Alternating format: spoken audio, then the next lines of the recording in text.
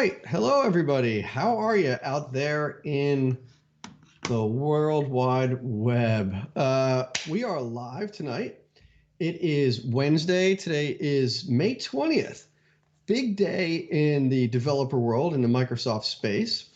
Today was day 2 of Build conference, and everybody's pretty excited about that and watching that. And tonight it's just me and Rich Ross. How are you, Rich? I am, honestly, it's been crazy week at work, and I wish I had more time to watch all the build stuff. I didn't get to watch as much as I was really hoping to. And part of that is because I didn't block my calendar. I didn't make it a thing on my calendar.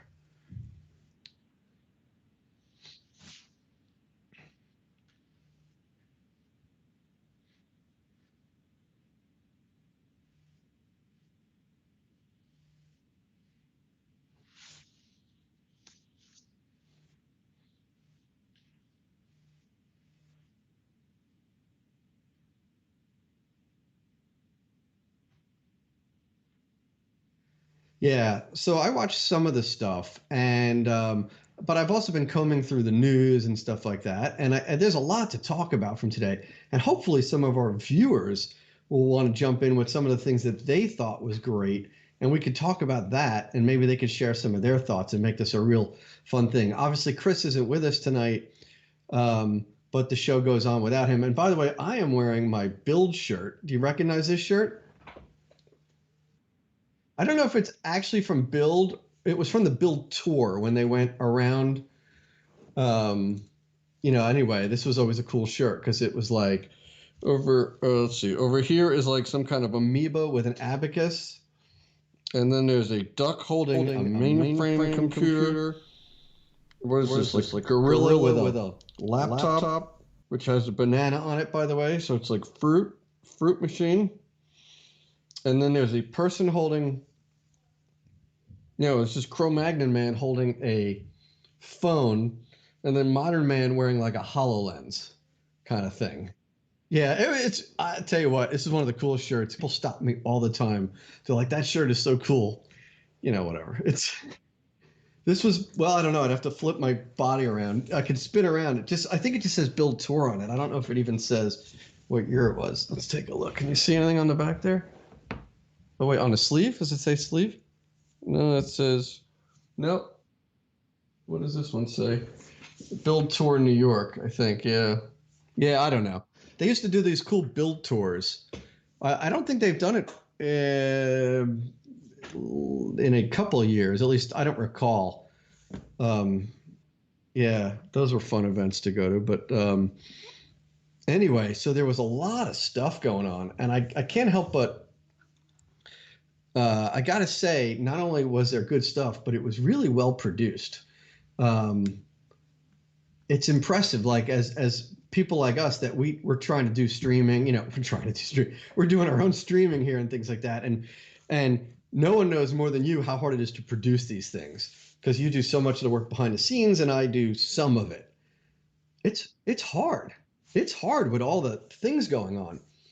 But some of the scenes and some of the scenes that they have set up, right?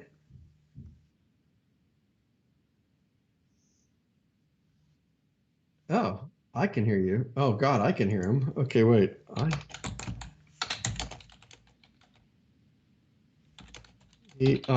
am I typing? Fix it. Jason, thank you. Great. So that's a good couple minutes of show where, Rich said a few good things, but he was saying that I was muted again. He said hello and he welcomed. He said that the show, I did such a great job on the introductions today. Rich just couldn't say enough great things about me. That's what you didn't hear. I can hear him in my headphones. And he also said he was going to give me $100 cash, but you didn't hear that either. So, Rich, now are you with us yet? Yeah, hopefully you guys can hear Rich. We were talking about my shirt, and he was asking, well, you guys heard my side of it, so hopefully it made sense. That is better. Thanks. It's always better when we can hear Rich. So we were talking about producing the show, Rich, and you were talking about some of the And scenes. We how were just starting difficult to it talk is, right? about. Yeah, yeah. There you go. There you go. It Yeah. is. It's inevitable that something like this happens. We need Um, it's like the when they do the moonshot, right? You know, there's a glitch for the mission, and there you go. yeah, There's our glitch. I hope. yeah. Well, that's my. I said it last week. I think my motto for Swami streams is coding fun and a bit of chaos. There's always something, like if it's not the code part of the chaos, like I'm doing something wrong on screen, it's I'm doing something behind the scenes wrong, where like I forget to, I'm typing and talking, and 10 minutes later people say, we can't see what you're typing. I was like, Oh, great, it's that screen. oh, that screen, yeah. And so often when there's three of us here, one of us, usually Rich, but occasionally me, will really focus on producing and listening on the back end, but it's really hard to do. There's so much going on, Yeah, and that's but why having three of us works so well. it does work well. I gotta say, there's a lot to do, and we're trying to produce like a professional type of show, unlike a lot of other stream. Not that a lot of streams aren't professional, but we're not a typical stream where we're just doing like coding and it's one of us talking. We're trying to build a real show here, and we're having fun with that. So. Oh, and Mixer, yeah, yeah. Did you write that? I did. Mixer again is not working, so that is not our fault. It happened again today with the Philly.net crowd. Weren't Yeah. able to get on Mixer. Um, Um, it's did you write that on Mixer or on Twitch? Because I see it on I did it on Restream. Twitch. You did it on direct to Restream, so it just shows up on both. That's why. Okay. Exactly. When we type into Restream, it looks really clean. If one of us writes into Mixer or Twitch, it puts that little bracket around it that says like where you wrote the thing. And so anyway, what I wanted to say is how impressed I am, and I usually am, by the way, with Seth Juarez, right? And Donna Sarkar, who I'm not really that familiar with, who were like hosting a lot of the stuff at the beginning of Build. Yeah, and some of the in between sessions as well, right? Yeah, and these in between sessions, and they did one. I was watching Scott Hanselman's session. We'll get into some details soon, but I was watching Scott Hanselman's session, and afterwards, he brought in like all the guests, and they had like a really nice scene in the studio where all the guests were on there. He was asking them all questions, and I'm like, it's like watching Face the Nation or something. Like it's really like nicely done, and the two hosts are very smooth and very much being themselves on screen, and it's something that I think. I could sort of, aspire to be like that. Like it's not always so simple to be smooth and think quickly and have your own personality, like while you're doing that, Yeah, it's hard. it is. It is, and I know when, we started doing this and starting doing, the sessions in between Code Camp and all those things, the stuff that they did at Build and Channel 9, the in between sessions was always what, you try and inspire to, right? Because that's kind of, it's the same kind of technology talk and the same kind of going back and forth and doing interviews with people who are there attending. It's the same kind of thing we were trying to drive locally. So that was always the goal. So that's, to see how much they continue to up their game now that this is all virtual. It's pretty impressive, and another high bar that we're still falling behind on. Right. And I don't want to focus on like the issues that we have producing, because that's not really what the show's about. Although I think in this sort of open source, open space kind of world, we talk about these things. We don't hide from our flaws. We wear them and we talk about them, but we always have problems with Skype and all these things, and we're always trying to figure out new ways to do that. And we're getting it, Actually, I was for the Philly.net one. We played around a little bit with Teams, and basically just took the window that came out of Teams using OBS and just said, "Give me everything they're presenting." We didn't get into some of the individual cameras that we can do with the Skype content creators that we're doing here.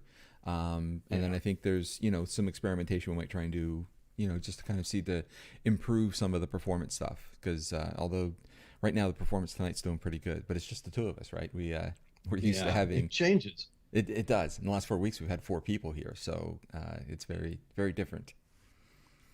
Yeah, it is, and I'd love to know what they're using on something like Build, like, are they using Skype or are they using Teams or something like that when they have those scenes where they're in the studio and they're bringing those different shots in? I Probably using Teams. I would venture a guess that it's the Teams live meeting tooling, because you have the ability to essentially present out from those and do I know you can put OBS in the mix in the live stream to so there are other scene creators that you can there, and OBS is one, and there's another one that they recommend as well. Yeah, but how they get the individual speakers from Teams, we're not able to do that, at least not really well right now, the same way we can with Skype. Right, and I think that's the Skype content creators. Yeah. That's the live meeting side of it, which we don't have. We just have like a regular Teams. Well, maybe we should look at that. Who knows? So, anyway, we didn't do a lot of publicity for the show today. No. But we decided to throw the show up and talk about what we liked. There was so much news from Build. And as I said, if you're watching now, please feel free to throw out some comments as to things that you liked. And, we can talk about that. I have on my screen, I've got the browser open here, and I've got a couple things, and I've got some notes. And Rich has some notes. I want to highlight a few things before we even get into them. Yep. But just to say things like, there's some interesting stuff out of Visual Studio and LiveShare. Of course, there's big news from Blazor today. Not that it was a total surprise or anything like that, but there's Blazor news. The C# 9 stuff that they're talking about looks really cool. Mm-hmm. I like Azure Static Web App, and I hope we can talk about that a little bit. Of course, Windows Terminal, Code Spaces, WSL2 seems to be a big deal. And I know you have a few things that you picked out, and maybe we'll just get into these things. I don't know, in some kind of random order here. But what did you like? We'll chat for a little bit. So I kind of got hooked into some of the things that came up in that because it's one of the few things I did get to see. I mean, you mentioned the C# 9 stuff and some other things that I got a peek at later on. But Scott Hanselman's developer keynote was pretty awesome in that the first thing they showed with the Power Toys. As soon as I'm watching, like, okay, I immediately stopped the video, went out, downloaded it. I think that was just pretty cool. Oh, that's always cool when you just do it right there. You were like, I'm getting this. Well, and by the way, I just got to throw out, talk about well produced. His segment, I didn't get to watch it because there's a lot going on at work. I had it on, right? I had it on in the background, and I was coming and going from it. But he goes like, let's just call. He was like making Teams calls, right? Mm-hmm. And just bringing people in and talking to them, wasn't he? He was, and it was so casual, so Hanselman. Yeah, that's his price, and he's so good at it. Makes it feel so effortless. I don't know if you saw the lights behind him, but the lights they were it was some kind of it had themes. Well, it was related to, well, he had the themes on the desktop, but he had lights in the room that every time he called someone, they went from green, being free, to being busy in a call. He had them connected to, I think it was Des or something like that, was the IoT technology he was using. So that was pretty awesome.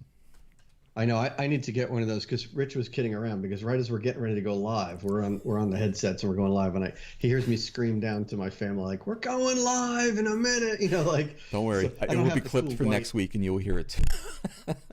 Great. I don't have a cool light outside my window, but Power Toys was something that stuck out to you, right? And I think that was kind of one of the big, sort of across the board.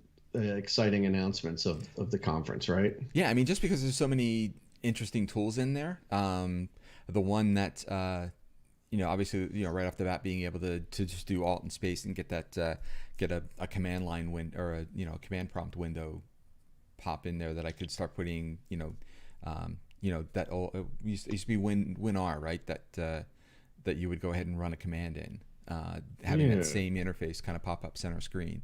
That was pretty. So how do you know how to get the Power Toys? Because maybe we can just do that now, or would that be something we would use the other feature you like to get Power Toys? No, because you need the Power Toys installed to do the other thing that I really wanted to get. Okay, you know which one I'm talking about, right? So if I do Power Toys, do you happen to know what that is? Maybe is that? Oh, I spelled that wrong. Was that a long install? It was not, and you did not have to reboot either. So let me get your screen because that's up always here. important here. So here's What's that? Let me get your screen up. There you go. Oh, okay. I thought it was on there. So this is like all Microsoft Power Toys for Windows 10 explained. That's No, interesting. there's a GitHub All repo. of them. Yeah, there's a GitHub repo right here. Yeah, and that's it. Because if Um, you click that, the README shows you all the Power Toys there. this README right here as I scroll down. So why don't you, do you want to give a little intro to Power Toys while we take a look at these? Yeah. Like what is, you know, the overview, like what's Power Toys? So it's just for previous versions of Windows, they had a collection of utilities and really good, you know, a set of tools that, wow, it would be really cool if they were built into Windows, right? That's kind of what the Power Toys are. So they kind of up your Yeah, like the game. clock. Remember when they had that clock? Yeah. What you're talking about? There was like a clock you could put on your Windows desktop, and I think even Oh, sticky notes might have been a power, like an add-on at one point. yeah. But You're there were going these back to cool Longhorn things. days, man. Yeah, maybe I am. Yeah, that's what I'm Uh, thinking of, though. yeah, because there were the widgets that you had usually on the right side there. People would store them. Um, Yeah. so yeah, and I think when it came to Vista, some of those still remained um, for a time in there. I'm not completely recalling, but these are a little more system based. So something like the first one there, Fancy Zones, having the ability to um, we all know that you can basically, you know, tab or Windows key arrow left, Windows key arrow Oh right, yeah. and you can Yeah, pin sure. apps to the side. Fancy Zones Hmm. gives you the ability to define what those spaces are and actually Oh, nice. pin applications to that. So you could create, much like we have this layout here, I If could I do do like, that. I can do this. Like if I go left and right, Yep, I can just that's pin bare these bones things. out of You're the saying box. I can do something more exciting than that Yeah, with Power Toys. yep. You can That's cool. define the space. Maybe I can download this while we're talking because this looks like it would be fun. Where's the install link? Was it at the top? Nah, yeah, keep going. Let's see If you just go what's to the happening. releases at the top, Oh, is there releases at the top? all the way at the top Releases. above the code. Yeah, I'm all the way at the top. No, no, Code, issues, pull requests. no, the very top. There you go. And across the top there, about Oh, the up fourth one over here. says Oh, releases. Yeah. pull requests. Wait, what are you saying? Where does it say releases? Let's see. This is the problem. I'm looking at the small screen instead of. Yeah, yeah, I know what you mean. It's hard. Well, I'm sharing. You can look at it directly in Skype, can't you? But Uh, I can make it bigger. How about that? How's it's that? Look at that. so it should be. Why don't I I think it's the see? fourth thing over where that red and green line is. Yeah. Releases. Oh There my we go. God, right in front of me. Okay, releases. You know, this shows how like I am How still a infrequent. novice GitHub user because I use Git in Azure most of the time, right? And that's just the way things are at work, right? So I'm gonna Yeah. just I know what I'm going to so bring up click here though, that. so I can see your screen.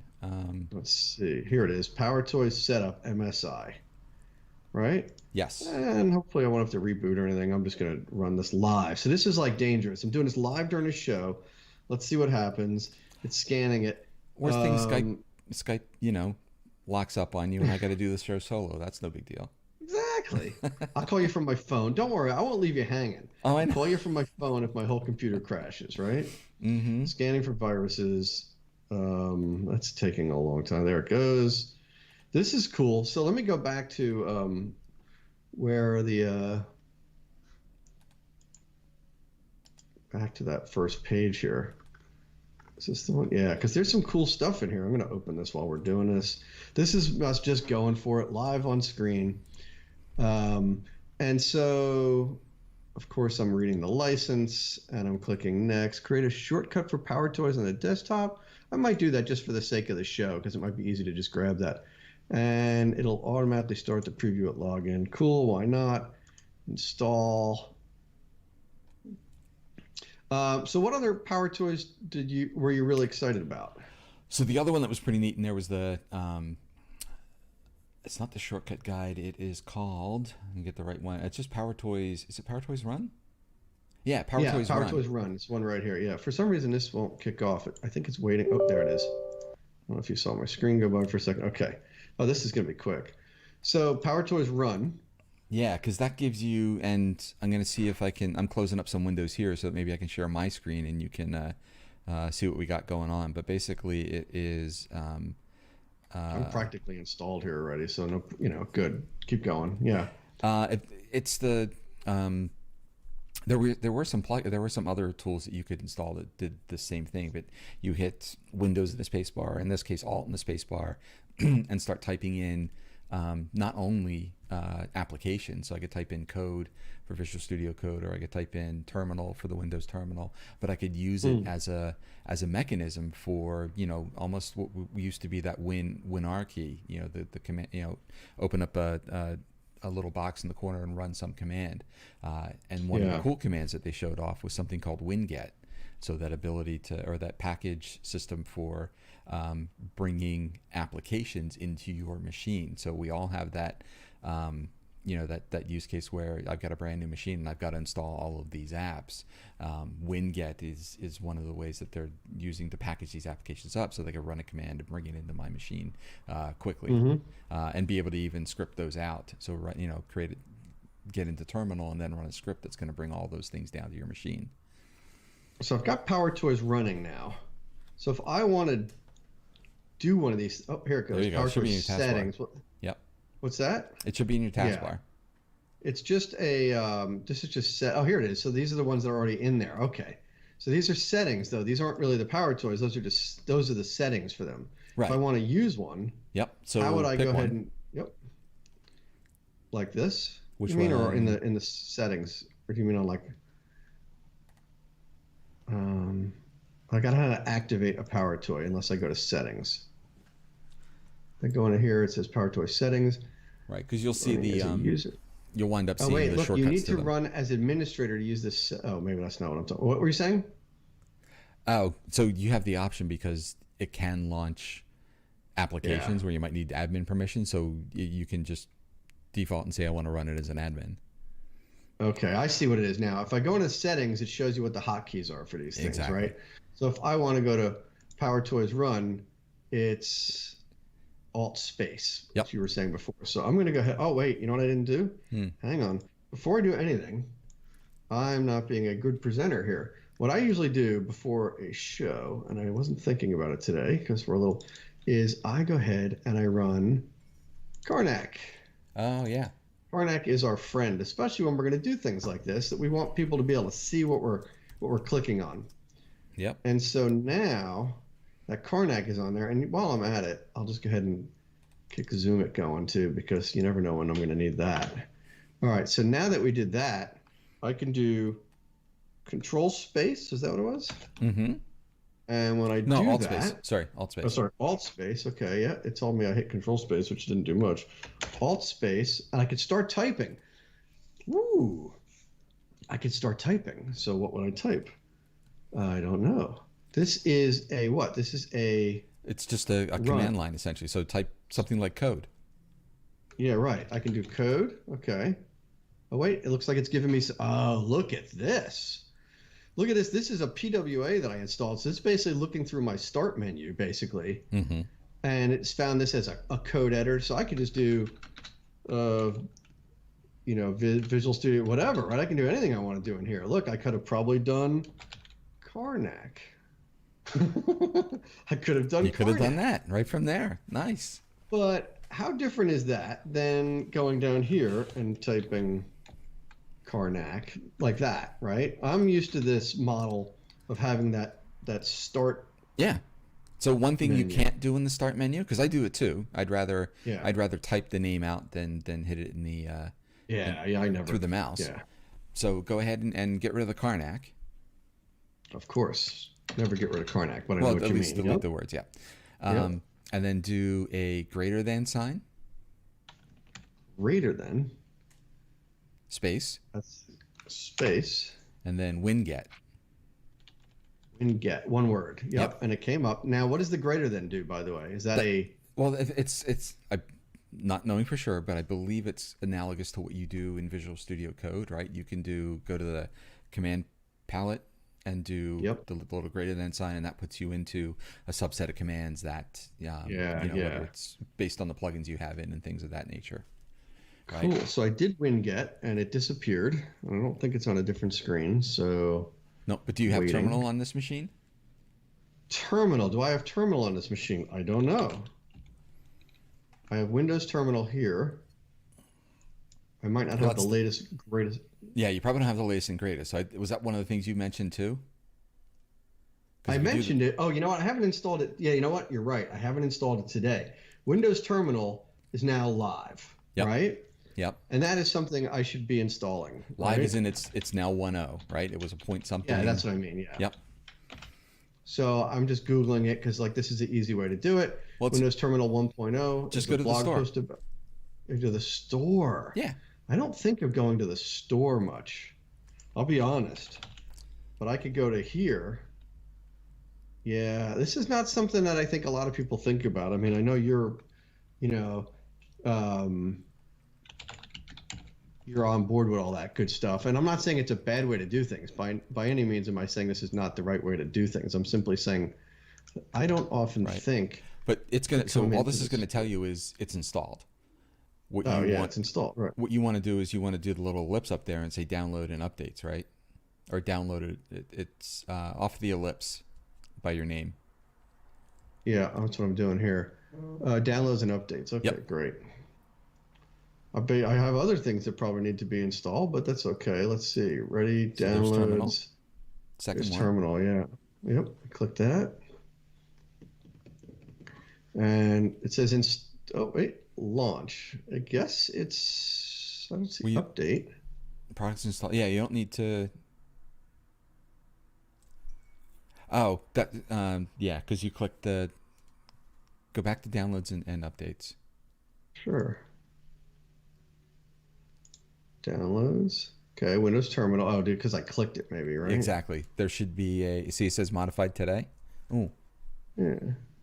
Maybe it updated it. Maybe that means it updated already. yeah. Let's launch terminal and take a look. Cool. Terminal. See, you went back to the start menu again. What's that? You went back to the start menu. You have. I should go to this thing now, right? You gotta get the muscle memory going. I know. Terminal. Windows UDP application. That looks more like the terminal. Yeah. And then just do the drop down arrow and see the about. About 1.0. Nice. Okay, so then, so if I do this, so that thing disappears after you use it, right? This thing, right? So if I go to winget, it was greater than winget, like that? Yep. One word? Mm-hmm. Yep. It does that. So it doesn't seem to do anything, though.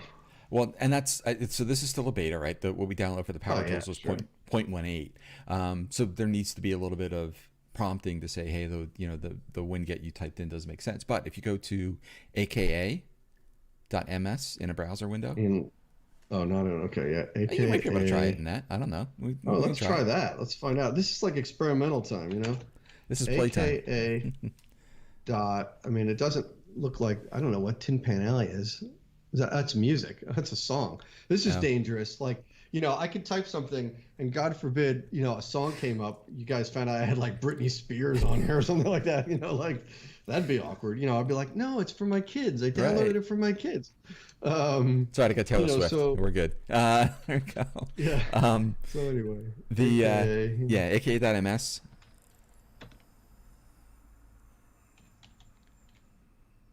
Yeah. /winget, WINGET. Yeah, wing it. Looks like wing it. Yeah, wing it. Yeah. Okay. So this took me right into the repo. Exactly. So this talks about and all down the here, yeah. Community Package Manager repo. Windows Package Manager. Is it? Well, this is something I guess I have to take a look at. This seems pretty cool. I mean, I don't know what kind of packages there are out there yet. That's true. We do need there should be much like an NPM or something like that. There should be something that lists out those packages, right? Yeah, exactly. Like a package. What? I don't know. But so we got Power Toys, right? And what else was on that? I thought there were some other things on here that looked pretty cool. So I want to try out, like, look at this image resizer, like right there, Windows Shell extension. I'm always interested to see File Explorer add-ons, right? Because this is something I use a lot, right? And I don't know Just says File Explorer add-ons right now are just limited to preview pane additions for File Explorer.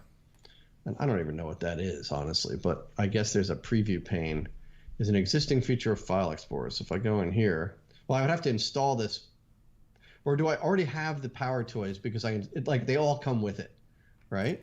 Like I install Power Toys. You install Power Toys, you get everything that's listed there. Right. So there's a preview pane. Did you know that? No. There's a preview pane. Preview pane is over here. Okay.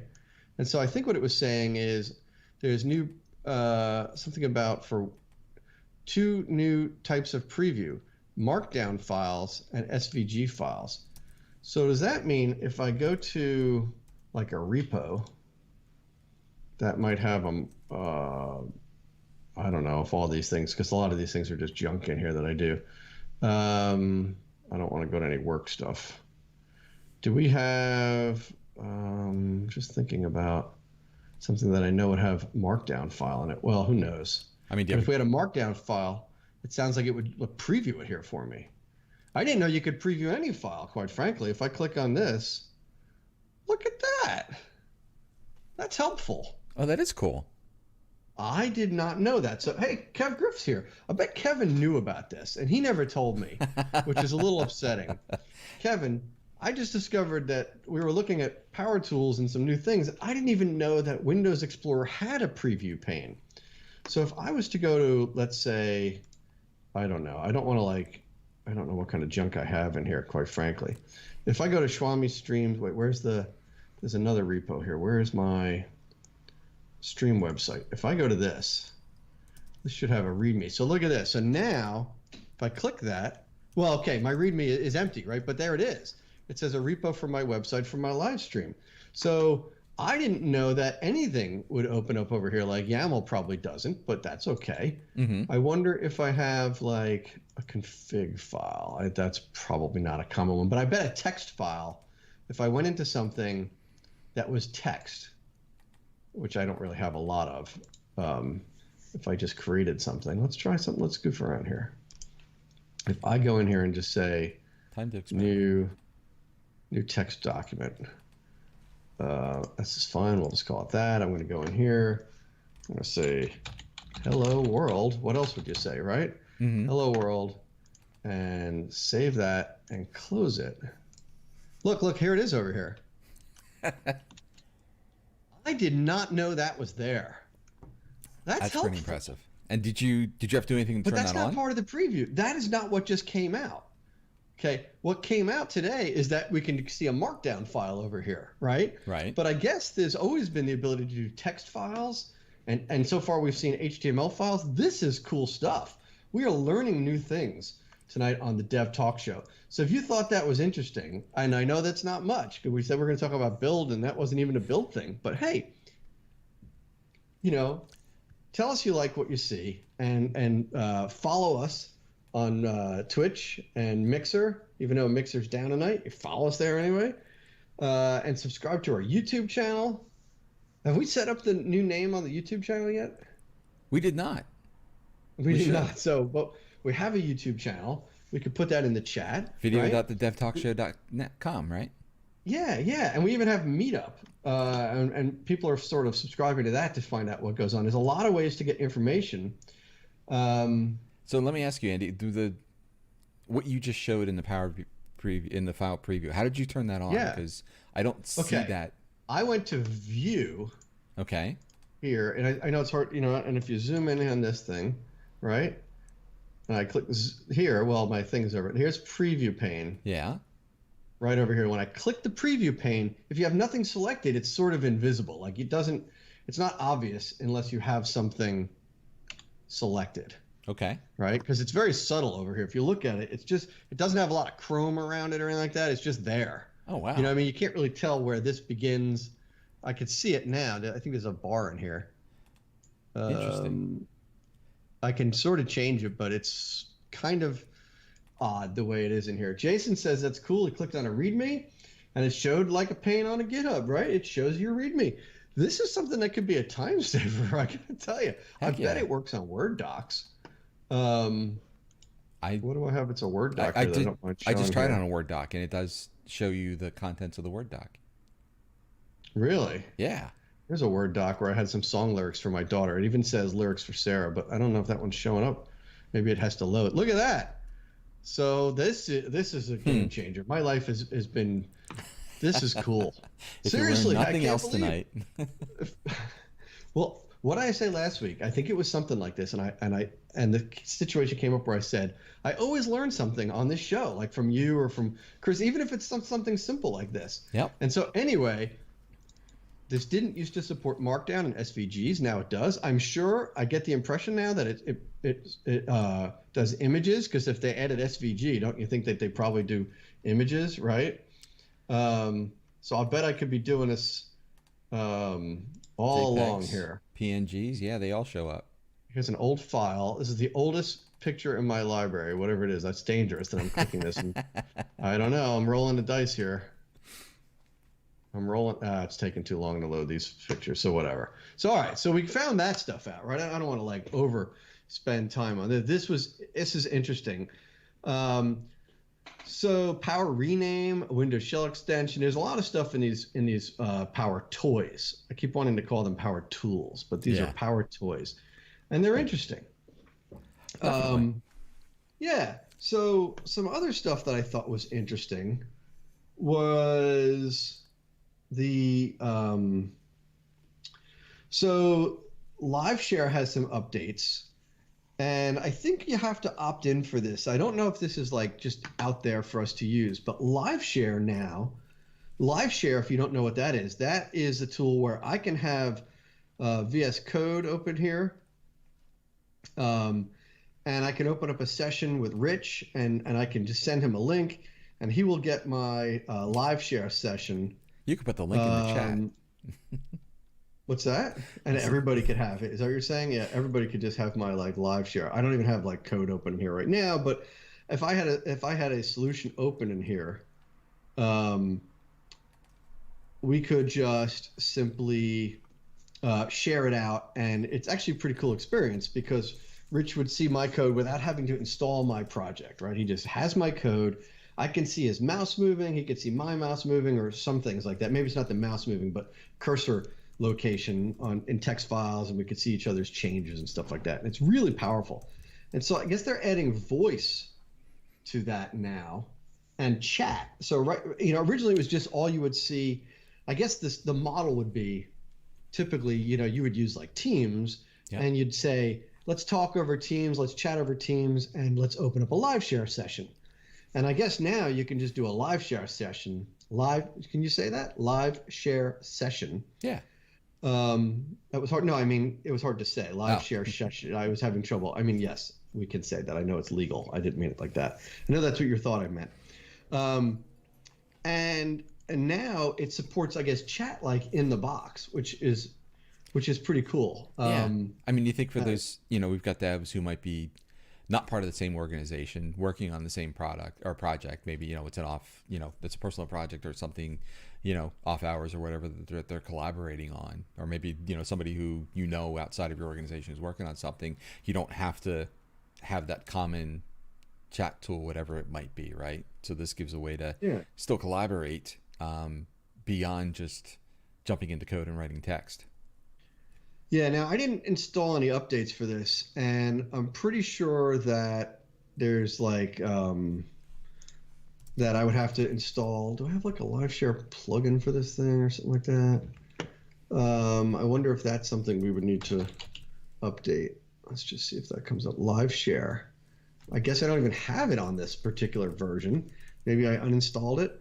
I have so many everything is all over the place. So I don't want to do this right now. But live share supporting text and audio, which I think is pretty cool. Yeah. Yeah. Now what I thought was really cool, one of the things I thought was really cool was the Azure static website. Yes. And that, given that we did a show a few months ago. It was one of the first ones we did, I think, when we restarted up in the summer, where you showed how to deploy a static website into, I think it was Azure Storage, right? Yes, Azure Storage has a feature that allows you to turn a storage folder, storage, what do you call it, like blob storage, into a static website host, I guess you would say, right? Um, and it's pretty easy to do, um, but this seems even easier, and I think it's a little more feature rich and a little bit more intuitive. Now, listen, maybe under the covers, I mean, I have no idea. Like, I'm not, but maybe under the covers, it just does the same thing and they just make it easy for you. I really don't know. But we could even go in here. I don't know if is it live like now? I guess it's live. Static web app preview. Yeah. So we could now go in here. So a static website, right? Let's just overview here. A static web app isn't necessarily really static in the true sense of the word, right? I think a lot of times if you think of a static site, you might think of just HTML.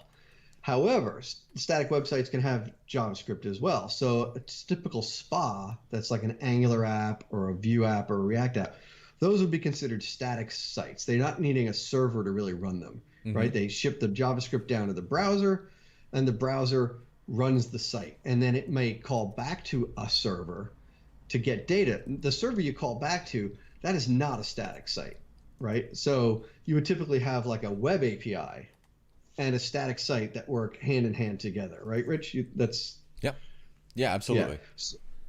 Yeah. So what's cool is that you don't often need all the overhead of a real app service and an app service plan to just do one of these things, right? So I could come in here and I could create a new resource group, static demo. Can't put spaces in resource group names. Nope.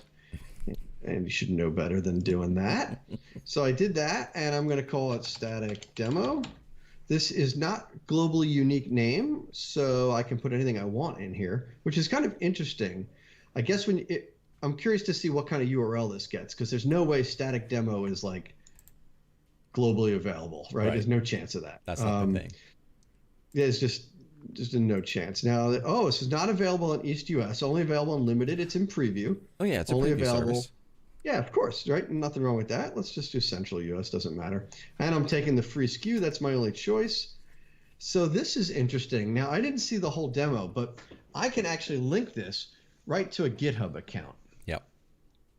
Now, what if I'm not using GitHub? Like, can I do a static site from this sort of makes it seem like it goes to GitHub. Well, so this is one of the things, this is a preview feature. So it's one of those things that,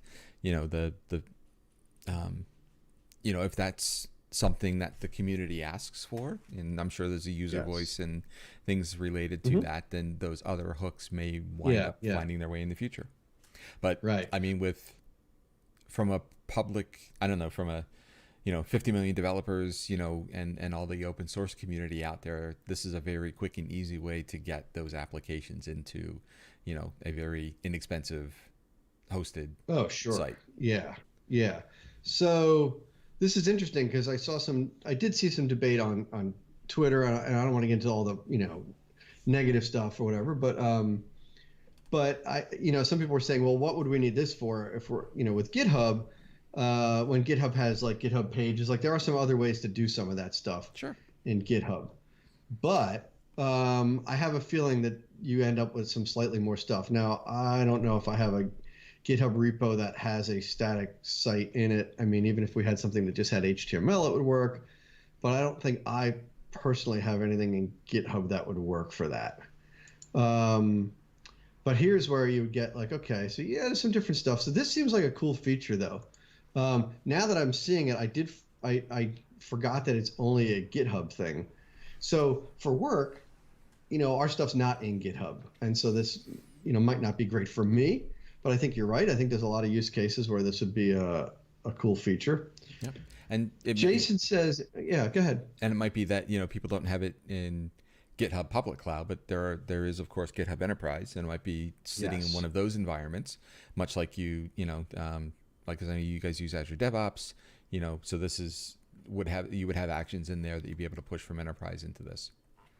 Yeah. Now, Jason says he sees that live share chat and live share audio are two separate extensions that you can install. Huh. And there's a pack, an extension pack that sort of like, I guess, gives you the whole kit and caboodle all in one shot, which is pretty cool. Yeah. I don't really think we could demo that like while we're on here. Maybe we could. I don't know. We could try. I don't know. I'd have to install the whole kit and caboodle. As Um, would I, right? let's see. Live share chat, live share, live share extension pack. I wonder if you need to have live share with live share. Okay, well, let's just try it. Maybe we'll do this, and maybe we'll set up a little live share, and we'll just.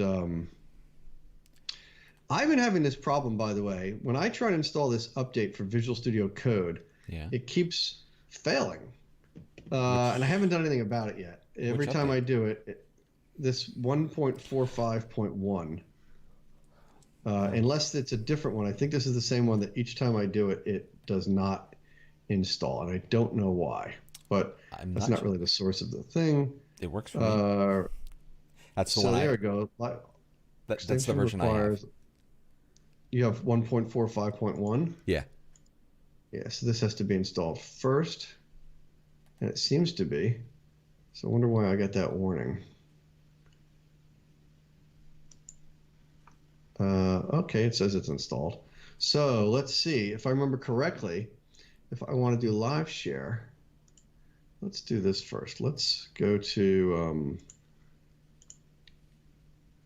So I also have. Oh, that time it worked. Good. Oh, good. So this is open here. I forgot this was still open. Great. So if I go to. Oh God, who remembers how to do live share? I thought there was a button for it now. It's that last icon on the left there. I mean, there's The one last icon. On in the rail on the left hand side. the rail. Live share. Look at that. Okay. So if I do live share and start a collaboration session,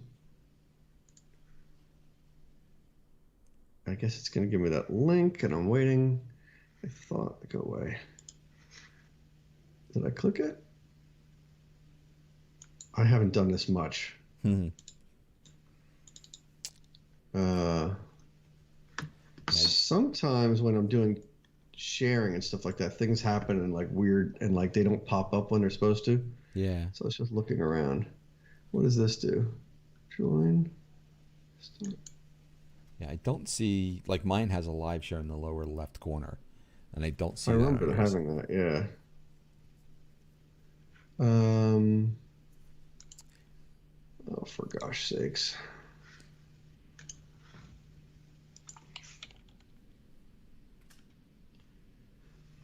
You know, some things just don't always work great. Let's see. Like a first try, when especially when Swami's demoing them. Well, if you Let's want, I try can. this again. Well, let's just give this one more shot here. Okay. Something's spinning here. You see, I don't know if, oh, there it goes. Wait. Starting. Here we go. Here we go. Okay, cool. So I do share now. Oh, you have to sign in to do live share. Yeah.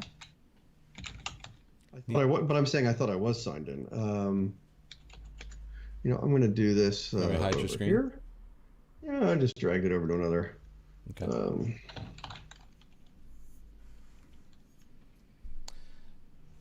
Do do do do do.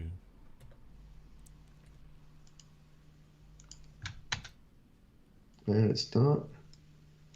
Let me sign in. Signing. Oh, now it's okay. It didn't sign in right the first time. Everything is being a little weird for me today. Oh, it opened in the wrong browser. Oh, great.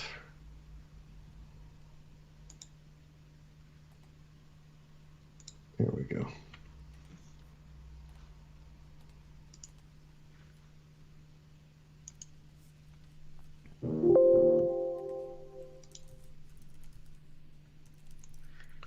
Okay. So Oh my gosh, look at all this. This shows how long it's been since I've tried to run this thing. Maybe I've never done it on this computer, but I thought I did. Okay. So now I got live share going. So here's my collaboration URL, right? So what if I was to just put this into our chat window? Okay. Because it won't live for long, right? After this show, and it's not like there's a billion people. Right. So if anybody wants to go ahead and join this, I don't mind. It's not that big a deal, right? Let's see what else. So here's chat window over here. So if anybody wants to join this thing, and that includes you, Rich, if you Yep. want to join. Let's see if I can get my account signed in because I'm not signed in. I'm not going to either. try doing voice because I think that would just be a mess right now. Yeah, I think that's fair. Jason was playing around. Maybe he's got a chance to join in on this thing. And we'll try this out and have a little fun. All right, I'm authorizing my account. Hang on. Yeah, it takes a second, right? You know, if you haven't used this stuff in a while. Yeah. But And it's you did have live share down there. It was the thing that looked like the little flame just to the right of That's what I thought it was. Yeah. Oh, okay, Jason requested to join. Hey, Jason. All right, let's see. I'll accept this. It's nice that I can do this. Nice to see you there, Jason. Let's say hello. Hello. Now, it has him as, interestingly, guest user, even though it told me it was him, which is interesting. I mean, you wouldn't normally do like a blatantly wide open like session like this, right? You Right. know, yeah, his image is weird. So chat works. I don't know how we would, I didn't log in. Oh, okay. But it did say Jason. Did it give you a chance to put your name in, Jason? Maybe that's what it was. Because he didn't log in, but it did say Jason would like to join. So I'm curious to know. Yeah, oh, that's cool. So it gives you a chance to put your name in there. How cool is that? And Rich, you're logging in. Yeah. So when Although you I'm join not- this, maybe not working for you. Paste. Let's try joining yourself. That seems like it would be a hard act to do. Try joining yourself, huh? Huh. So now, oh, look, up here I can see Jason Kurtz as anonymous under participants. So Jason, if we look at code, you should be able to, where's my code? Oh, I guess I didn't, wait, what's going on here? Oh, Explorer, open editors. Oh, I thought my project was open. I must have closed my project. Oh, what a pain in the neck. Yeah, let's just do file, open, release, and let's just go into this thing. Oh, now does that change my session? Oh, I might have just messed that up because it didn't open the files in the folder. Oh, whatever. Oh, what did I just do? I just closed. No, here it is. Oh, God, I think I just closed it. Son of a gun. I just killed the live share. Well, anyway, we saw that it had chat, right? That's what we wanted to see, that live share has chat. Okay. We don't want to like spend every, yeah, it ended, Jason. I got, you know, Carried away. confused because I'm an idiot and, it's like, what can I screw up next? You know, it's like, oh, well, but it's pretty cool. Yeah. I mean, honestly, it's pretty cool. And there's some good stuff in there. Now, there's a lot of other stuff that was talked about. Yeah. I thought some of the C#9 stuff looks really cool. Okay. I have not. Did I you, did not have you get had to a take chance to look at this? I did not. No. Okay. So, C#9. Now, C#9 is not out yet, right? It even says right at the top here, dated May 20th. C#9 is taking shape, right? So none of these things are, I guess, guarantees to be in the language at this point, right? But these are things that they're talking about. And I like these first things are called init-only properties. So with these init-only properties, this is an old style. This is basically how you would use an object initializer right here, okay? And this would be how that class maybe would be defined, I guess, like that. Now, with init-only properties, you could define the class like this. So what these basically are these are properties that you want to be, like no one else can set them. They're like, read only, I guess. Sure. Okay. And so they have a getter, but they don't have a setter. but they have this initter, I guess we would call it. I've never heard anyone use that word, but I'm just calling it right now an initter. Mm-hmm. Okay. And what happens is you can init them once. Okay. And so they're basically read-only fields. And the way it looks, where is the, did I scroll right past it? I know there's a, oh, the code is still legal. Okay. So this I could still do. This I can do. Right. Okay. Because when I'm initting it, including using this object initializer stuff, I can set those values. So I don't, a lot of times people would set certain things with constructors, right? And we've used constructors less and less. But there was always the case where for like read-only stuff, you needed to pass values in through your constructor. Right. Define the properties read-only. Yes. Mark the properties read-only, and you have access to them through the constructor. So basically now, and I do like this syntax here. This is pretty clean, right? And you can just do that same thing. Now there's some other stuff. There was another thing in here. They are allowed to mute. Oh, so because the init accessors can only be called during initialization, they are allowed to mutate read-only fields of enclosing class, just like you can in a constructor. So in this case, okay, I have a read-only field, a backing variable, right? And here I have a property with a different sort of syntax, right? I have a initter, and this is essentially what we're doing here. Is we can still set the value in the read-only property when it's done in an initialization sort of state, right? And that's kind of what that is. Okay. And why is that? I don't know. What's that? And I guess compare and contrast that to doing it in a constructor as a read-only, left-hand, right-hand set the variable, right? I mean, what's... Well, why? I guess why? Well, that's a good question, right? I think a lot of times syntactically, we want to be able to do some of these things. And, you make a good point. It just, I think it gets interesting for these records down here below. Okay. But another thing to point out, it's a good point. You may not have an answer, but it's just kind of, it doesn't seem, it's not like I'm writing less code. Yes, I don't have a constructor, but, and there are times, I guess, when you don't need a constructor for the type of class you're creating. Yeah, I think it's easier. It's like less code to not have a constructor, right? Like you wanted to make I don't know. And to instantiate it too, right? More code though. What's that? Well, and to instantiate it too, right? Because if I got a constructor, then I kind of have to new it up, right? Right. As opposed to just saying, my class equals, or whatever variable equals person, and then start just assign the properties against it. Yeah. And what they're saying here is it saves you from having to write the constructor, because I guess they're just really trying to push you away from like having to make constructors for no purpose, right? You're always going to have the property on there in the first place because you have to make it, especially when it's like a public get method. Like in this case, you need to have that get method.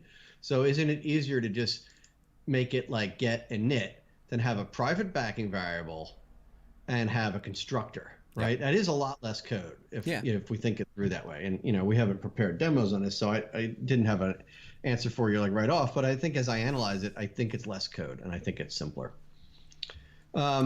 Now I think these records are cool. Records are, and again, I read this earlier. I heard a bit about this stuff, but I'm not an expert. But records are immutable. Well, classes, right? It's still a class. You can see in this example here, it says public class person, but they've introduced this data keyword. Now, I'm not really sure why they didn't use the record keyword since because it's called a record, but they called it data, right? And maybe that's the purpose. Maybe, I don't know. But so what happens now is these things are immutable. Okay. So in this case, I set my properties like this. Okay. There's no setter. There's only an initter. I assume that if I tried to put a setter on here, with a data class, it would have to throw some kind of exception, right? I'm just guessing that it's not going to compile. Not throw an exception. It probably shouldn't compile. Compile, yeah. But I'm not, because that seems to break the pattern. So what's cool about this is that with this little class here, and it's set up as a record, I can initialize it using that syntax. And this is why I said I think some of this init-only property stuff lends itself to these records. But I can initialize this person like this, right? Mm-hmm. But it's immutable. There is no way to change this thing. Right. Okay. Everything is locked in, right? And there's a pattern, there's patterns for writing software that really favor these immutable type objects.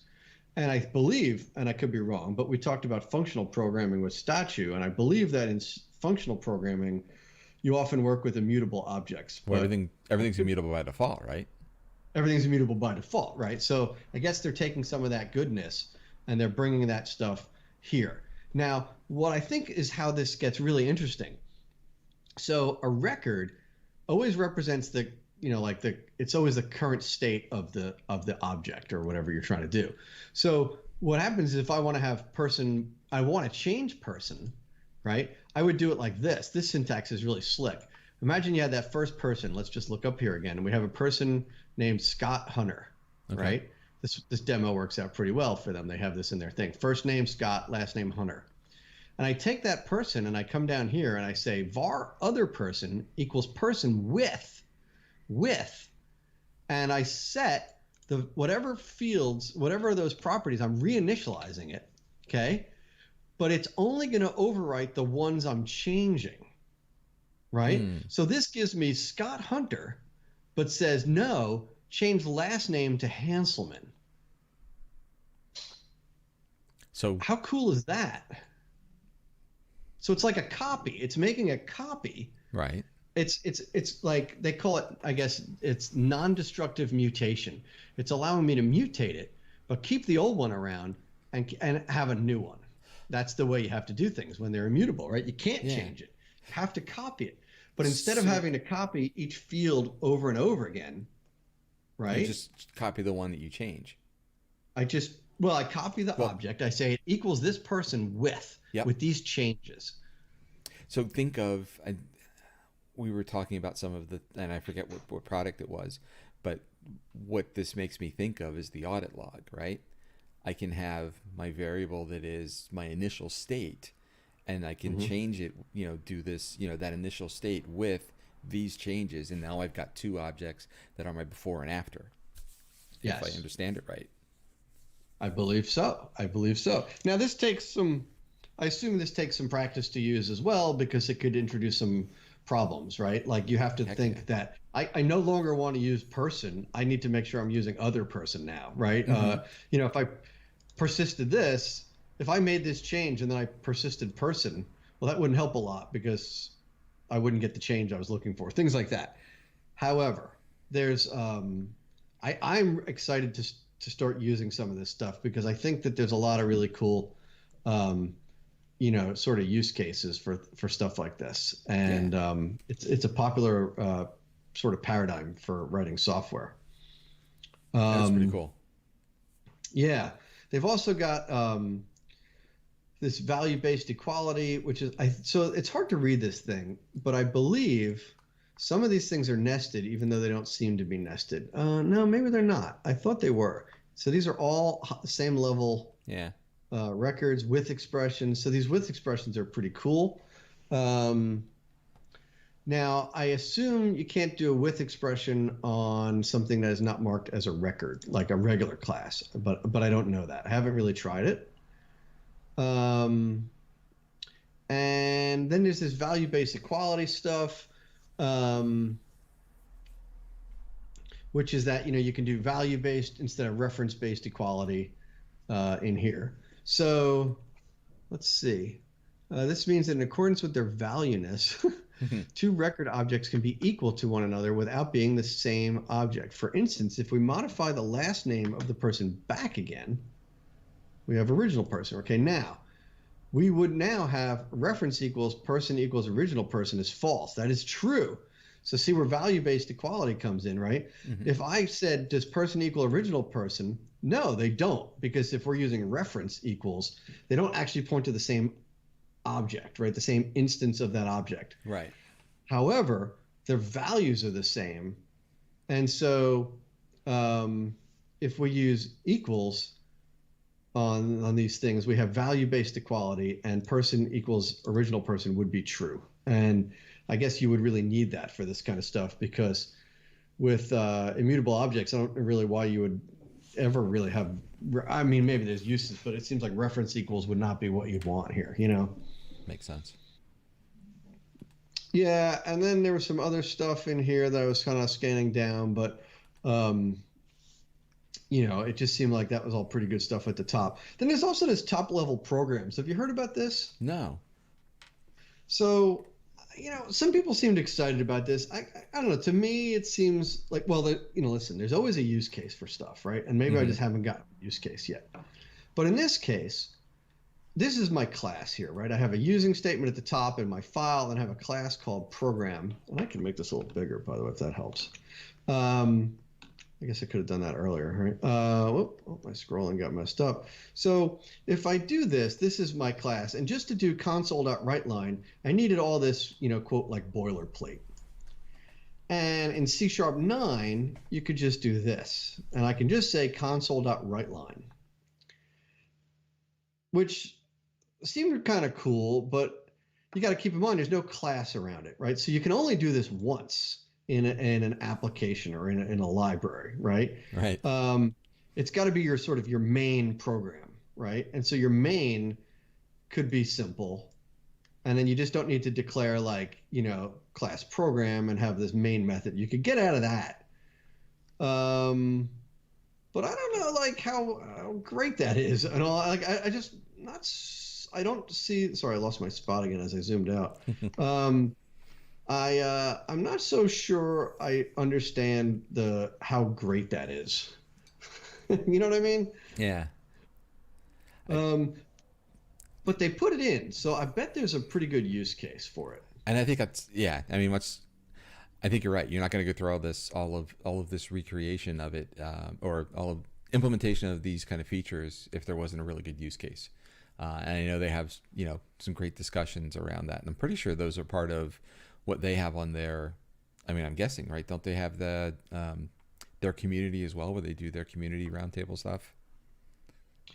Yeah, they do. They have. I don't go to that stuff much, just from time issues. You know, I just never have time to go to these things. But yeah, you can get involved nowadays, usually in these discussions about why they're doing things, and you can vote on these things. I think it even said somewhere, you know, these are some of the top requested features and stuff like that. Mm-hmm.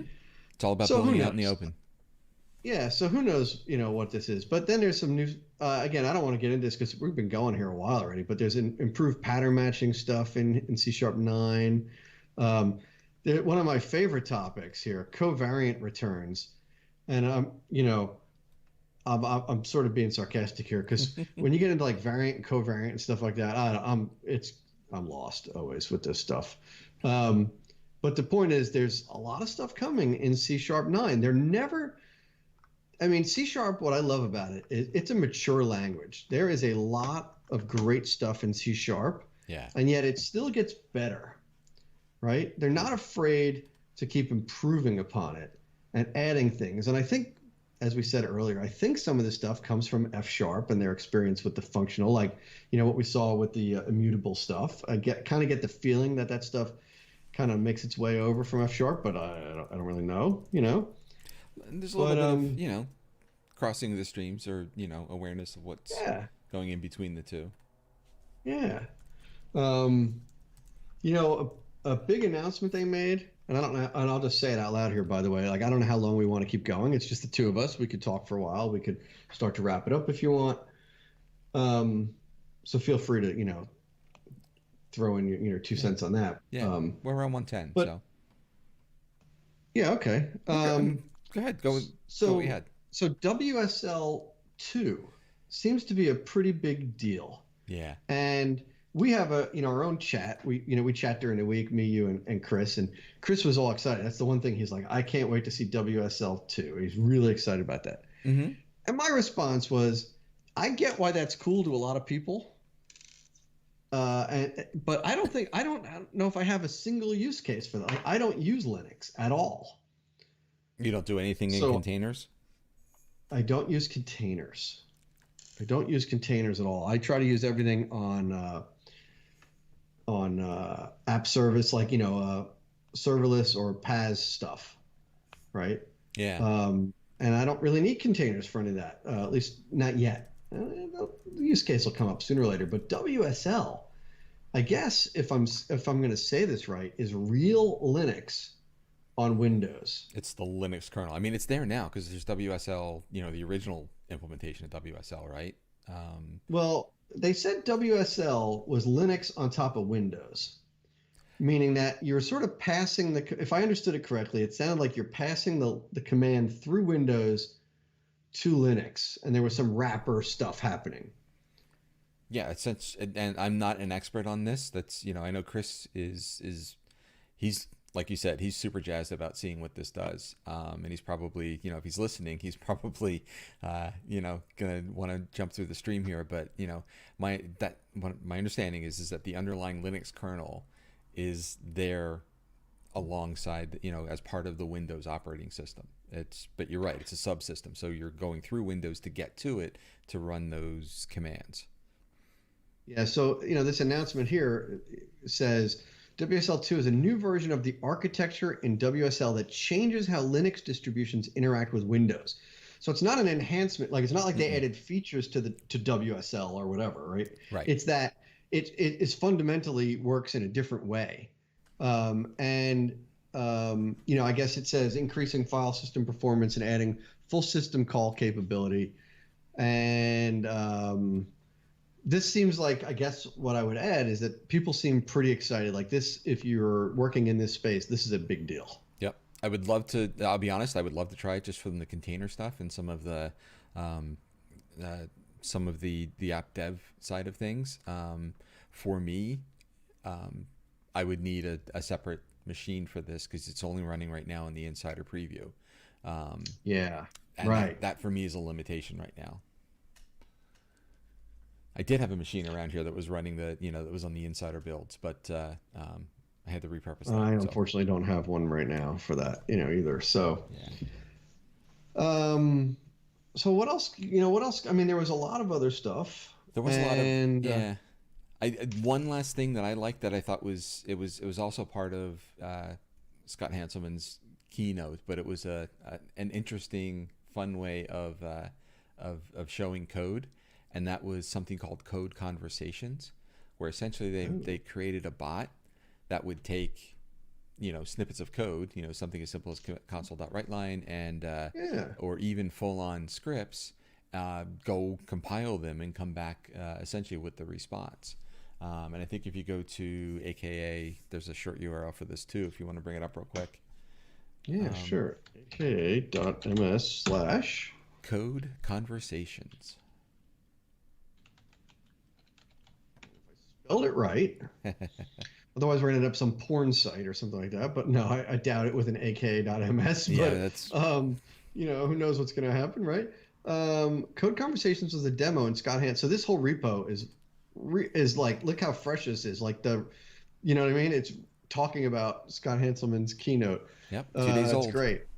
2 days old. Code Conversations was designed with one goal in mind: to see if we could bring the power of .NET Interactive. Yeah, there you go. That was the cool part. Into Microsoft Teams.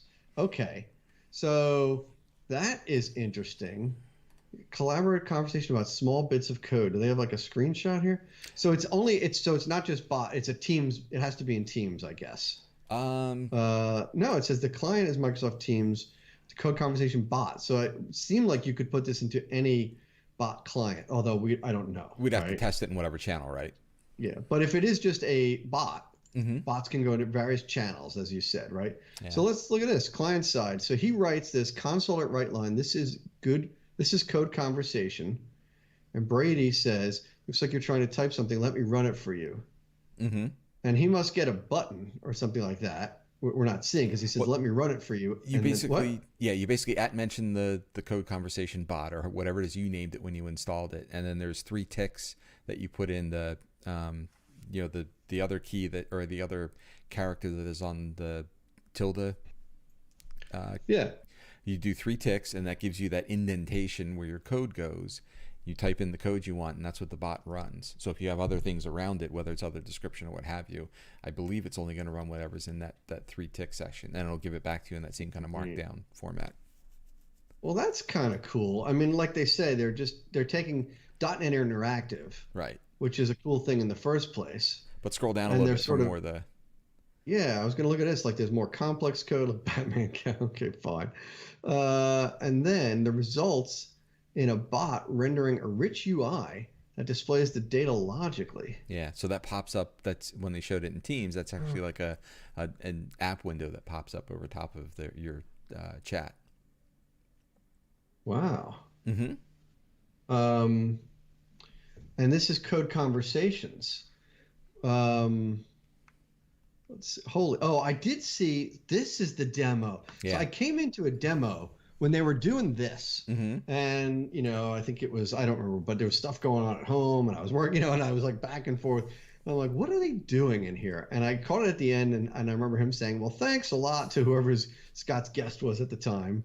And I was like, well, that's interesting. But so they did this whole, I mean, it's just amazing. Oh, they're using adaptive cards, which makes sense. Adaptive cards is part of Bot Framework, essentially. Well, I don't know if it's actually part of Bot Framework, but it's used within Bot. Yeah. Yeah, it's an add-on to make like nice displays for things and stuff like that. I'm really scrolling quickly because I was just curious to see like what else is in here. So, this is one of those things that has like a lot of possibilities, and they're combining different things that they have. They're combining, Bot Framework Mm-hmm. with what's it called? We were just talking about what's the name of this thing that interactive. .NET Interactive. They're sort of like piecing these puzzle pieces together, and you just never know what could come from it. I mean, were they doing a real use case, or was it more just for fun in the demo? It's just for fun, right? I'm sure it's kind of one of those things. What if we combined this with Right. get my peanut butter and my chocolate or what have you? But I think that's the beauty of the tools and the technology, and that there are, there's not the limits of, you're only limited by your imagination, what you want to try and combine and pull together. Oh, groovy, baby. Yeah. Stuff's Nice. cool. Yeah. I had to put a sound effect in somewhere because I don't think I've used them at all yet. No, that was the So- first. That was the first, and now that I'm doing it, it can get kind of dangerous because Because it's end of the night, you're you're like- getting punchy, yeah, I'm getting punchy. So this is interesting. There is one, there's one more thing, and we have a couple minutes here, but code spaces. Oh, You said yeah. code conversations reminded me about code spaces. Yeah. What did you that's- see about code spaces? I think Putting you on the spot there. Did you see that stuff? I was playing around with it because it used to be that we used to call it Visual Studio Online, I think, when it previewed. Yeah. I think that they renamed it, and some of the stuff can get kind of confusing. And gets confusing for me as well sometimes, especially when they change it, then I don't realize it, and I talk to a customer about what we used to call it. Code Spaces is... I put it up on my screen here. Cloud-hosted dev environments, which is really cool. Yeah, so they're not free because you're spinning up a little bit of Azure. There's some storage. I think there's some compute in there too. But think of, the case where I'm, we don't really do much traveling, but you're traveling. The old case was I went to grandma's or whatever. Yeah. Now, ironically, they're releasing this great feature and no one's traveling. Right? Yes. So what do you need that for? But yeah, go ahead, keep going. People I'm are making a joke. the other use case potentially could be is, I have my dev machine that sits in work, and I know, some people don't, do dev on a laptop. They have a physical machine that they do the development on. This would be a way to do development in a machine that resides, so you can get the power of a beefier machine, but have it run inside of your browser essentially. So I can bring code down to it. I can put other applications on it, like writing Python inside of there, right? We all know how challenging it can be to get the right version of Python on your machine so it doesn't collide with other older versions or what have you. So having that environment that you can go to and consistently baked, so that you can go there and run that code there and it'll run the same way. I think that the use case is awesome, because even from, and you also get all your plugins. It's configured for you. Yep. Right. And you could tear it down, or you could shut it down if you're not using it, which is another nice thing. Yep. I mean, given you have to pay for it, like I kind of want to pay for it a little bit just to try it out. And I feel like it's something that there will be a day when companies will say to you, I don't care what the cost is, you got to fix this thing, right? Like, the systems are down and you're not around. Yeah. You might not even be, on your own computer, but you're at someone else's place, or, once COVID-19 is done, you don't even have to have your own computer. You're just go to someone's browser, log in, and you have access to your stuff, and it's secure because, of course, you have to log in and all that, and you're not bringing resources down to that person's computer because it all happens in the cloud. Yep. And when you're done, you close up and kill the browser session, and you're off and running. Yeah, I mean, I don't know if these things exist anymore, but when those what do they used to call them? Cafes, like what were they called? The Internet Cafe. Internet cafes, right? You could, Sure. I remember when traveling in the days before we didn't have great devices we could travel with. And so you travel somewhere, you'd stop at an internet cafe and you'd pay a couple bucks so you could use their computer for a few minutes. This kind of stuff would be, you could just walk in and use it. Yep. Yeah. I mean, you could run it from your, from, as long as you can run a web browser, you've got enough power, potentially to, fix the application you're working on, or even build something from scratch. Yeah, so I want to play around with it. Now, I was confused because, but I was saying I want to play around with this to have it and understand about how good it is, and know that there's a price. And I don't think I would use this as my daily driver. I don't think that anyone really would use this as their daily driver. Maybe I shouldn't say that. Depends for use cases. Yeah. For certain use cases, right? Especially if you need to do something for like 2 weeks, maybe, or something like, or maybe there is a long-term thing where you're working on some heavy-duty stuff, like you were saying, and you need to crunch. But the announcement, I guess, was that there's like different flavors of code spaces. There's like a GitHub code spaces, or code spaces for GitHub, which I believe is like private preview. Yeah. There's different levels of this, and this one says, try with Visual Studio 2019, which is in private preview, but that's you can also do it for, so there's try now in your browser or Visual Studio Code. Okay. Right. And then there's try in Visual Studio 2019, and I guess I missed enough of the stuff. I don't know what that that means.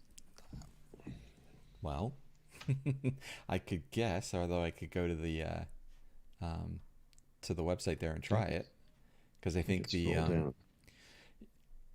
I mean, sometimes you need Studio and not just code for those, right? Yeah, but if you were doing it in a code space, the whole thing's happening in the cloud, I thought. You're not using your Visual Studio. Right, but it doesn't matter. I still need to work on this application inside of Studio versus code. So, oh, you mean up in the code space? Yeah. Oh, so you're saying it's not code. The Visual Studio is not on my machine. What you're saying is up in the cloud, Code Spaces only uses Visual Studio Code, but if I go to private preview, my cloud box can have Visual Studio in it. Would be my take on it. Yeah. I misunderstood that. I didn't think that's what it was. That's interesting. And then the GitHub stuff is, I could, inside of my repo, instead of cloning it down to my machine, one of the things I can now do is basically say, I want to clone this into a code space, which uses the same environment that we see here with Visual Studio Code running inside of that code space container. And now my GitHub repo gets automatically cloned into that space and loaded into my code application, which is that's pretty amazing. And then I can go ahead and debug and run through that session there, and navigate to the website that gets created if I'm building a website. Right, there's some tunneling capability that happens that lets me basically expose that website out so that I can log into it, check it out, and hit the breakpoints as I go through the services there. Yeah, it's cool. It is cool. I feel like we should we should wrap this one up. It's This is 10 a good one to o'clock, end on. at least Yeah, if you're watching live. Yeah, this is cool. There's a lot of stuff. There's more stuff that we didn't talk about. lots And more. build isn't even done yet. No, they got There's another another day of build, till noon right? tomorrow, right? Thursday. And well, it goes all night. Does it go overnight? Like if you're in different time zones, does it just keep going? I believe so. Yeah. Let me Right? see. I think So it go to my does. build. Yeah, I was looking at it before. My build. Now I'm looking forward to like conferences being back to being in person, but they're doing a really good job, and I appreciate that Microsoft didn't cancel this because other companies have canceled their conferences, and Microsoft said, "Well, let's do the best we can with this. Let's," and I think that they're doing a pretty good job. Now you missed the hallway track. Yeah. You know, you don't get to hang out with people and stuff like that. But there were, I mean, there were communities that you could sign up for and jump into them. I don't know if you hear my audio, but this looks like the build party Yeah. or something like that. Let's see what it says live. I don't know what the heck this is, but it says social hour. I guess that's what's going on now. Oh, that's cool. But if you look at the scheduler, we can see what's still coming up. But the point is, there's stuff tonight, there's stuff tomorrow. Yeah, DevOps and with Azure and GitHub, and there's a Where session is on that that? that's at 12:30.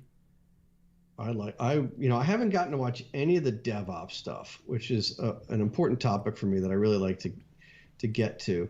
Yeah, I did. If I look So at if you go back to the previous page, this, you mean the homepage or Wednesday? Yeah, the This homepage. thing Wednesday. Yeah, the homepage. Okay. and then just below where the video is playing on the homepage, there's other live options and upcoming sessions, and then just hit the upcoming one, and then that'll Hang give on, I you- think it's still loading or something like that.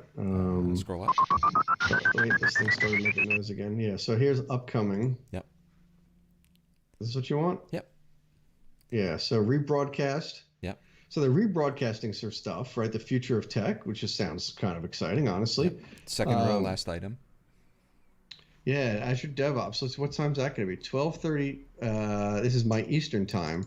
So if I really want to push it, I could watch a half hour. It's actually not that long, No. but I hope I'll be asleep by that point. Yep. But I would like to see this stuff. And then there's the other one that looks interesting is the one at the beginning of the line, building a DevOps culture in a remote world, which sounds pretty cool. So this, I don't know if this is a replay or if it's a It might or if be. they're repeating it, you know, like a live repeat of it. But I tried to watch this session today because this sounded really exciting to me. Mm-hmm. And I watched like a couple minutes, you know, it was sort of like the warming, you know, just getting into it. Emily seemed like a really good presenter. Yep. And it looked like it was getting really good. And then something came up and that was the end of me watching that. But this is such a great concept because this word culture, I double clicked it. I clicked it. I was meant to highlight That's okay. the word, but It's just a culture. registration. Here she is. Yeah. Culture is such an important thing. And we don't often think about that, but often problems organizations have are not necessarily problems with like their DevOps, but it's their DevOps culture. Yeah. That not everybody's buying into it. Not everybody's involved in it. You know, this whole thing, right? Mm-hmm. It's almost like you could say like unit testing is like a culture that goes along with it, right? So a lot of that stuff. I mean, it's part So- of, you know, they go hand in hand. They do. They go hand in hand. And as my job, actually, part of my job is building these cultures in an organization. And I will tell you, it's harder than writing code. Mm-hmm. Yeah. It's important though, so it's hard. Yeah. I mean, anytime you have, especially if you're trying to change culture Right. for some people. Yeah. Yeah. So hey, that's a whole lot of stuff. That is. Next week, we're not sure what our show's going to be. We're still working on that, so we'll post details on Twitter and on what's it called, Meetup and other stuff like that, and we'll get the word out. But we will have a show next Wednesday of some fun topic, maybe a guest, maybe not. And There was what a lot else of do we have? a lot of things moving around, so we're trying to figure out what next week looks like. So, Yeah. but no problem. We're definitely gonna do a show. Yeah, we'll do a show. Do we have any other announcements? Yeah, so this is going to be June 5th, which is a couple of weeks from now. That's not far. No, it's not far. Just 2 weeks. Better write my. Look at this guy. I got to write my talk. I'll be. I got this talk going. This is going to be good.